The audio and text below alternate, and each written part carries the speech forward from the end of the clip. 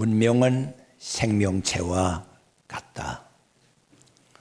생명체가 탄생하고 성장하고 성숙하고 쇠퇴 소멸해 가는 것처럼 문명도 똑같다. 그렇게 설명을 했습니다. 우리는 성숙한 세계를 원하고 있습니다. 정치적인 성숙, 교육적인 성숙, 경제적인 성숙. 그런데 스팽글러의 주장에 의하게 되면 이러한 성숙의 단계라고 하는 것은 쇠퇴 내지는 소멸의 바로 그 전 단계라. 그렇게 설명을 하고 있는 겁니다. 뭔가 최고의 단계에 이르렀다고 하는 것은 그 다음은 내리막길이 있는 거다라고 하는 지적이 되는 겁니다. 우리는 많이 이룬 시대에 살고 있습니다.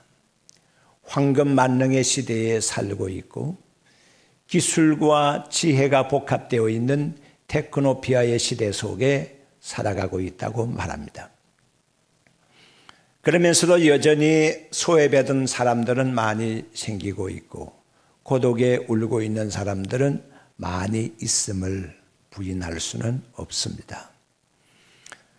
토인비 같은 유명한 역사학자도 똑같은 의미로서 역사의 과정을 설명을 했습니다. 그리고 이러한 역사학자들이 예를 들고 있는 나라들은 과거에 끝없이 성장했다가 갑자기 붕괴해버린 바벨론이라고 하는 나라 또는 로마라고 하는 나라를 예를 들기도 합니다. 그러나 우리가 이 역사학자들의 희망이 없는 역사의 과정에 대하여 하나님을 믿는 성도들은 조금 다른 시각으로 볼 수 있어야 되리라고 생각합니다. 우리는 별로 의미가 없어 보이는 과거를 지나고 오늘에 이르렀습니다. 그렇기는 하지만은 그 가운데서 추억으로 간직할 수 있는 여러 가지 것들을 우리는 건져서 우리의 기억 속에 담고 있습니다. 앞으로 나아가는 미래에 대해서 많은 사람들이 불확실하다고 말하고 있고 희망이 없다고 말하지만 우리 믿음의 성도들은 여전히 큰 비전의 그림을 그려보고 있는 것은 사실입니다. 현실에 대해서도 만족하게 감사하며 살려고 노력을 많이 하고 있죠. 이러한 역사적인 시각을 가지고 우리는 오늘 구약에 제시되어 있는 역사를 하나 소개받고자 합니다. 본문의 말씀에 나오고 있는 아모스는 뽕나무를 키우던 농부였습니다. 어느 날 하나님의 부름을 받았습니다. 그는 농사하는 모든 것들을 다 정리를 했고 하나님의 선지자로서 나서서 주의 복음을 전하기 시작했습니다. 그런데 아모스는 견디기 어려운 말씀을 이스라엘에 전할 수밖에 없는 본인으로서는 심히 원하지 않는 말을 부탁을 받은 거죠. 즐거운 말을 예언했으면 얼마나 좋겠습니까? 희망 있는 말을 예언했으면 얼마나 좋겠습니까? 그런데 이 나라가 망한다고 하는 예언을 하니까 듣는 사람도 부담스럽고 말하는 사람도 굉장히 꺼림칙한 거라고 볼 수밖에 없습니다. 그러나 아모스는 누구의 명입니까? 하나님께서 말씀하신 것이니까 그 말씀 그대로를 전하지 않을 수가 없었습니다. 아모스 7장의 말씀에는 이스라엘 나라가 망하게 되는 과정에 대하여 설명을 세 가지 환상을 들어서 하고 있습니다. 첫 번째 환상은 메뚜기의 환상이 나왔습니다. 이 메뚜기의 환상은 자연재해로 인한 멸망을 예고한 것이었죠. 이때 아모스는 하나님께 매달렸습니다. 7장 2절에 보니까 하나님, 야곱은 아직 어리니 어떻게 설 수가 있겠습니까? 이러한 자연재해의 멸망의 예고에 대하여 아모스는 하나님께 매달려 기도했습니다. 하나님, 살려달라고 말입니다. 두 번째 예고의 말씀은 불의 환상으로 나타났습니다. 이것은 전쟁을 통한 멸망의 예고였습니다. 이때에도 똑같이 아모스 7장 5절에 아모스는 견딜 수 없음을 하나님께 토로했습니다. 하나님, 이 나라가 어떻게 설 수가 있겠습니까? 아모스 선지의 기도를 들으시고 하나님께서는 그 뜻을 돌이켰다고 하였습니다. 용서해 주신 것이죠.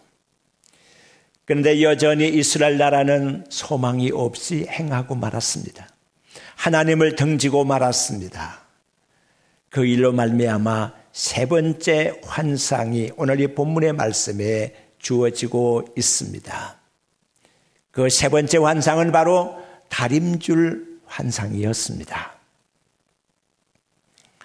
다림줄 환상이 우리에게 교훈하는 것이 무엇인가? 그것을 오늘 살펴보고자 하는 것입니다. 다림줄이라고 그러면 우리가 다리미질하는 그거하고는 전혀 상관이 없습니다. 다림질 하면서 다림줄 치고 다림질 하지는 않지 않습니까? 이 다림줄은 공사하는 데에 사용되는 도구입니다. 전에 기둥을 세우거나 담을 쌓을 때에 정확하게 수직과 수평을 맞추기 위해서 사용했던 추가 있었습니다.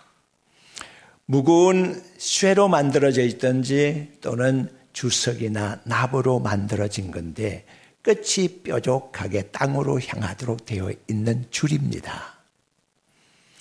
그것을 띄우게 되면 수직을 맞출 수가 있게 되는 겁니다. 그 수직을 맞춘 선에서 옆으로 또 수평을 맞추게 되는 겁니다. 그러면서 공사를 하게 되는 거죠. 아무리 유능한 담을 쌓는 사람도, 아무리 유능한 대목도 다림줄을 치지 아니하고 일을 할 수는 없었습니다. 요즘은 그것보다 좀 더 많이 발전된 가늠자를 이용합니다마는 이전에 공사할 때는 다림줄이 꼭 있어야만 했습니다. 요즘도 담을 치는 사람들은 다림줄을 이용하고 있는 것을 알 수가 있습니다. 다림줄을 쳐야지 수직과 수평을 정확하게 잡을 수가 있습니다. 내 눈으로 볼 때는 바른 것 같습니다. 그런데 그것이 수직에서 어긋날 수가 있습니다. 잠시 이렇게 볼 때에는 별로 쌓지 않을 때에는 바른 것 같지만은 그것이 조금이라도 오차가 생기면 점점 벌어지게 되는 거죠. 이것은 마치 활 쏘는 사람과도 비교해 볼 수가 있습니다. 활을 쏘는 사람이나 권총을 쏘는 사람이나 처음에는 맞추기를 아주 엄격하게 맞추어서 정확하게 쏜다고 쏩니다. 그렇지만은 약간의 오차라고 하는 것이 관역에 가서는 엄청난 차이를 낳게 되는 거 아닙니까? 마찬가지로 내가 수직을 바르게 했다라고 생각하고 담을 쌓지만은 조그마한 오차라고 하는 것은 나중에 엄청난 차이를 낳게 돼서 결국은 기둥이 무너지거나 담이 무너지게 된다는 겁니다. 그런데 오늘 이 본문의 말씀의 7절에 보게 되면 이런 말씀이 기록이 되어 있습니다. 다림줄을 가지고 쌓은 담 옆에 주께서 다림줄을 잡고 서셨다고 하는 기록입니다. 많은 사람들이 다림줄을 가지고 제각기 담을 쌓았다는 겁니다. 특히 오늘 이 본문의 말씀에 나오고 있는 담은 이스라엘 백성들이 다림줄을 가지고 담을 쌓았다는 겁니다. 이스라엘 백성들이 우리가 생각하기로 옳다라고 생각하면서 다림줄을 쌓았다는 겁니다.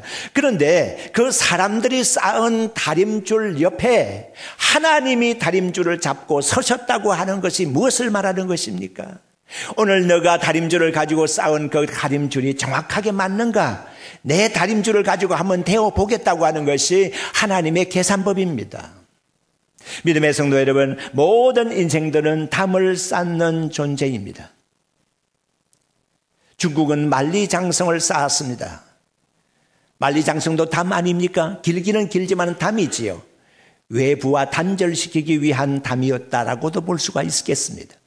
개인적으로도 마찬가지입니다. 어떤 개인의 인생관이 어떻고 처세술이 어떻다라고 하는 것은 그 인생 나름대로의 담을 쌓고 있는 것을 말하는 것입니다.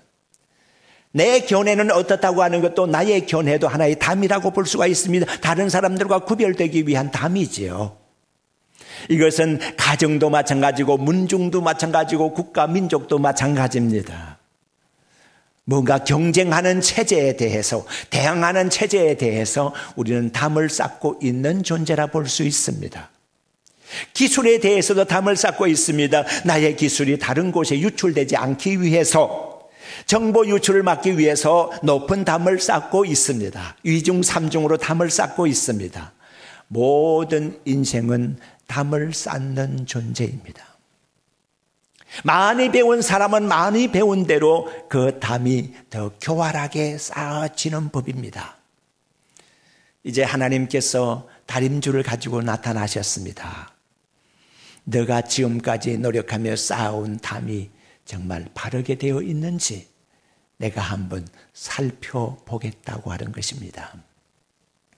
우리 하나님은 다림줄을 가지고 나타나셔서 기준을 정하시는 분이시다라고 볼 수가 있습니다. 우리나라는 1988년도에 88 올림픽, 하계 올림픽 지났죠. 그리고 2018년도 올해 얼마 전에 평창 동계 올림픽을 보냈습니다. 그러니까 하계 올림픽과 동계 올림픽을 다 치룬 전 세계적으로 몇 나라 안 되는 쪽에 들어가는 아주 우수한 나라가 됐습니다. 이렇게 올림픽 같은 대경기를 치르기 전에 식전 행사로서 행해지는 것이 꼭 있습니다. 매스게임이죠. 매스게임으로 인해서 많은 사람들이 그 식에 들어가기 이전에 그것 보려고서 식전 게임에 참석하는 사람들이 얼마나 많은지 모릅니다. 그런데 이런 매스게임을 할 때 중요한 것은 무엇입니까? 기준이 되는 것이 있습니다. 매스게임에서 보여주려고 하는 것은 통일된 것과 조화로운 것을 보여주려는 것이거든요. 그러니까 통일되는 것, 조화로운 것을 보려고 하면 기준이 되는 것이 필요한데 그 기준을 무엇으로 삼을 것이냐? 어떤 경우에는 선이 기준이 될 수도 있고 어떤 경우에는 점이 기준이 될 수도 있습니다. 어떤 경우에는 어떤 사물이 기준이 될 수 있으며 어떤 경우에는 사람이 기준이 될 수 있습니다. 그렇게 해서 통일과 조화를 이루어서 매스게임이 진행이 되는 것이죠. 이것이 존재하지 않으면, 기준이 존재하지 않으면 안 되는 겁니다. 우리가 신앙생활 하면서 기준되는 것이 무엇인지를 살펴봐야 합니다. 많은 사람들이 성공과 실패를 운운하고 있습니다마는 성공과 실패를 정하는 기준이 무엇입니까? 많은 사람들이 행복이다 불행이다라는 말을 하고 있거니와 행복과 불행을 정하는 기준은 또한 어디에 있는 것입니까? 성서로 돌아봐야 합니다. 누가복음 16장의 말씀을 보게 되면 부자와 나사로의 비유가 나옵니다. 이 두 사람은 정반대되는 삶을 살았습니다. 부자는 아주 유명세를 떨치면서 살았습니다. 그렇지만은 나사로는 이름 없이 산 사람이었습니다. 물론 성경상에는 부자의 이름은 기록되어 있지 않지만은 거지의 이름은 기록되어 있다고 말하는지 모르겠습니다. 그러나 그때 당시로 본다고 하면 부자는 유명세를 탄 사람이요, 나사로는 존재감이 없는 사람이었다고 볼 수가 있습니다. 부자의 먹는 음식이라고 하는 것은 비교할 수 없을 정도의 진수성찬이었습니다. 매일 매 끼니가 그러했습니다. 그렇지만은 나사로가 먹는 음식은 개가 먹는 버려진 음식을 개하고 나누어 먹는 정도였습니다. 입는 옷은 어떠했습니까? 부자는 날마다 좋은 옷을 입었습니다. 발에 걸리는 옷을 입었습니다. 아주 찬란한 옷을 입었습니다. 그러나 나사로는 거의 추위를 피할 정도의 옷을 입을 뿐이었습니다. 사는 집은 어땠습니까? 부자는 대단한 집이었습니다. 그러나 나사로는 전대 하나 갖추지 못했습니다. 부자는 날마다 그의 창고를 크게 만들려고 구상하고 생각하는 그 이면에 나사로의 슬픔은 점점 깊어만 갔던 그런 겁니다. 그런데 믿음의 성도 여러분, 부자의 성공입니까? 나사로의 성공입니까? 여기에 대한 성공과 실패 또는 행복과 불행에 대한 가늠자 내지는 다림줄은 누가 잡고 계시냐 하면 하나님이 잡고 계신 겁니다. 하시는 말씀이 이것입니다. 부자는 지옥으로 들어갔고 거지 나사로는 천국으로 올라갔다고 말합니다. 누가 다림줄을 잡고 계십니까? 많은 사람들은 생각했습니다. 사람이 다림줄을 잡고 있고 그렇기 때문에 부자가 그 다림줄 상에서는 성공한 것이라고 말입니다. 그것은 사람이 하는 얘기입니다. 하나님 편에서의 다림줄을 생각해 보셨습니까? 마태복음 7장의 말씀을 가보게 되면 일단에 많은 사람들이 등장합니다. 이 사람은 주님께로부터 내쫓김을 당한 자들이었습니다. 그 사람들이 고래 소리를 높입니다. 주께서 우리를 어찌 못 본 척 하십니까? 우리가 주의 이름으로 능력을 행했습니다. 우리가 주의 이름으로 선지자 노릇했습니다. 우리가 주의 이름으로 선한 일을 했지 않습니까? 왜 우리를 쫓아내십니까? 그런데 주님은 이렇게 말씀하십니다. 불법을 행한 자들아, 나에게서 멀리 떨어져 나가라고 말씀하십니다. 누가 하나님의 나라에 들어갈 수 있겠느냐 라고 말씀하시면서 주님이 하신 말씀은 나더러 주여 주여 하는 자마다 하늘나라에 들어가는 것이 아니라, 입으로 들어가는 것이 아니라 내 아버지의 뜻대로 행하는 자라야 들어가리라 하고 말씀하셨습니다. 기준이 무엇입니까? 아버지의 뜻입니다. 하나님의 뜻입니다. 그리하여서 주님께서 결론적으로 하시는 말씀은 내 이 말을 듣고 지키는 자는 반석 위에 집을 지은 지혜로운 사람과 같으리니 그랬습니다. 기준이 되는 것은 어디까지나 하나님의 말씀입니다. 내 경험이 아니고 내 생각이 아닙니다. 내 생각에 맞추고 내 경험에 맞추게 되면 이거는 잘못된 다림줄에 맞추는 것이기 때문에 실패하여 나중에는 무너지는 것이 크고 심각하게 될 수밖에 없습니다. 성경에는 자기 나름대로의 다림줄을 가졌다가 실패한 사람들이 많이 나타납니다. 아담과 하와가 그 첫 번째입니다. 가인이 그 다음에 뒤를 이어서 나타나게 됩니다. 그리고 쭉 진행하여 내려오게 되면 모세와 대항했던 애굽의 바로 왕도 거기에 속해 있습니다. 쭉 내려오다가 이스라엘의 초대왕 사울 왕도 거기에 해당합니다. 쭉 내려오다가 신약의 헤롯 대왕이 거기에 해당되는 사람입니다. 쭉 진행되다가 우리가 잘 아는 가롯 유다도 거기에 해당되는 사람입니다. 자기 마음대로의 다림줄을 가지고 있던 사람들이었습니다. 자기 생각대로의 다림줄이 있던 사람들이었습니다. 그렇게 하면 행복인 것 같았던 그 자기 나름대로의 다림줄, 그것이 실패하는 것이었습니다. 군에 다녀오신 분들은 아시겠지만 군에서 정렬을 할 때에 이렇게 지휘관이 정렬을 시킵니다. 1대대, 1중대, 1소대, 우측 1번 기준합니다. 그러면 그 소대의 1번의 제일 우측에 제일 앞에 있는 사람이 기준 하고 소리를 칩니다. 그러면 모든 병사들이 그 연병장에 있는 병사들이 다 들었습니다. 보았습니다. 좌우로 벌려 하게 되면 그 사람 기준으로 해가지고 쭉쭉쭉쭉 좌우로 벌립니다. PT 기합을 받는 건지 뭘 하는 건지 모르지만 정렬을 그렇게 하라면 그렇게 정렬합니다. 기준이 되는 사람은 움직이지 않습니다. 꼼짝하지 않습니다. 그대로 그 위치를 딱 지킵니다. 기준이 지켜져야 되는 것입니다. 믿음의 성도 여러분, 만물 만사의 기준이 무엇인지 아십니까? 바로 하나님이 기준이십니다. 하나님 기준 외에, 하나님 말씀 기준 외에, 하나님의 뜻 기준 외에 다른 기준 세우면 실패합니다.